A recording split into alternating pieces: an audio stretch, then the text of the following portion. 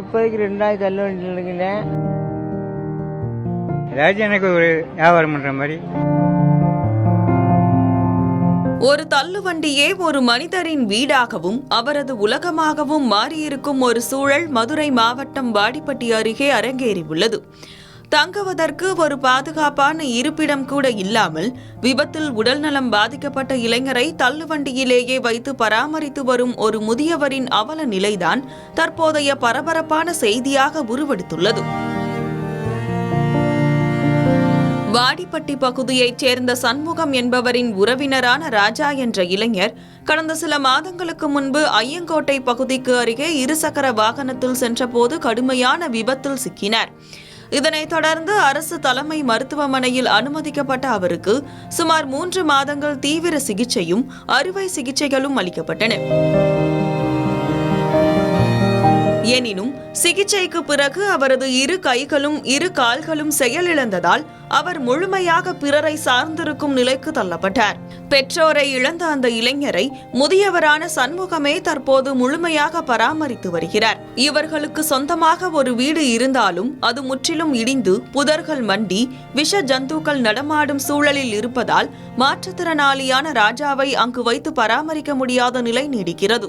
வீடு இருக்கு, இடிஞ்சு புடிஞ்சு கிடக்கு, பராமரிப்பு இல்லாமல் கிடக்கு, பூச்சி கட்ட வரும், அதனால குடியேற முடியல. மற்றபடி வீட்டில் கரண்ட் எல்லாம் இருக்கு, எல்லாமே இருக்கு. வீட்டில் குடியிருக்க லாய்க்கு இல்லாமல் இருக்கு வீடு.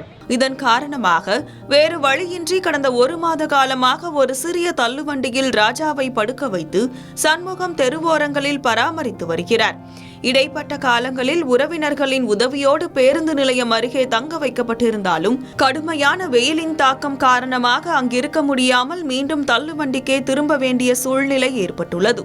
சைக்கிளுடன் இணைக்கப்பட்ட ஒரு தள்ளுவண்டியின் மேல் பகுதியில் போர்வையால் மூடப்பட்டு அசைவற்று படுத்திருக்கும் இளைஞரின் நிலையை உணர்ந்து அரசு தங்களுக்கு புதிய வீடு கட்டித்தர வேண்டும் அல்லது பழைய வீட்டை பழுது பார்க்க உதவ வேண்டும் என்று சண்முகம் கண்ணீருடன் கோரிக்கை விடுத்துள்ளார். தள்ளுவண்டி இப்போ 1 மாசம் வச்சிருக்கேன் சார்.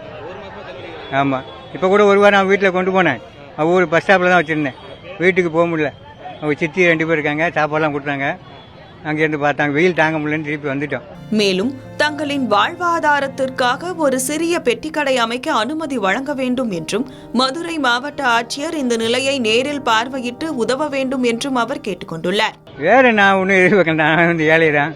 ஏதாச்சும் எனக்கு ஒரு வியாபாரம் பண்ணுற மாதிரி ஏதாவது ஒரு சாலையோர கடையோ ஒரு அனுமதியோ கொடுத்தப்போ. முற்றிலும் முடங்கிய இளைஞரை தெருவோரத்தில் வைத்து பராமரிக்கும் இந்த முதியவரின் நிலையை உணர்ந்து தமிழக அரசும் மாவட்ட நிர்வாகமும் உடனடியாக உதவிக்கரம் நீட்ட வேண்டும் என சமூக ஆர்வலர்கள் வலியுறுத்துகின்றனர்.